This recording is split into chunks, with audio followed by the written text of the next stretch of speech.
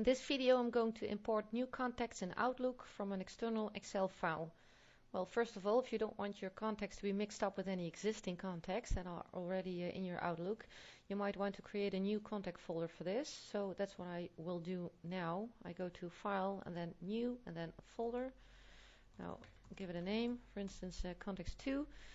The folder contains, open up the list and select contact items so you can actually save contact information in this folder. Now where do you want to save the folder? So select it, for example, personal folders. Click on OK. Now if I go over here to contacts, I can see my newly created contacts 2 folder. So that's that. Now I go to Excel and this file should contain all the contact information that you want to import into Outlook.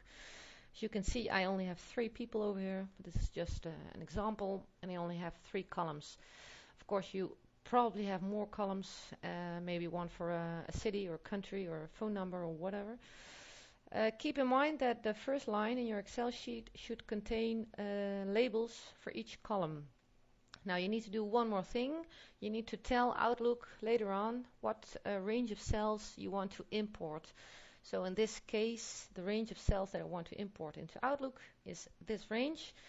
Now this is selected easily because there are only 4 rows and 3 columns. If you have a huge Excel file, you better select just cell A1 and then press your Shift and Control key together, hold them, and then press the arrow keys on your keyboard to the right and down, and everything is selected at once.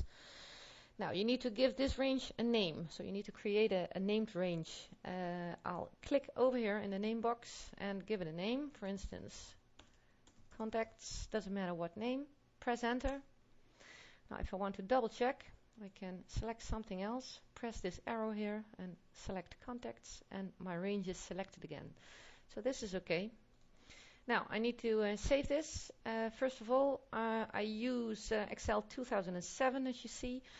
I also use Outlook 2007, but strangely enough I cannot import any Excel 2007 files. So I need to save it as an older Excel file.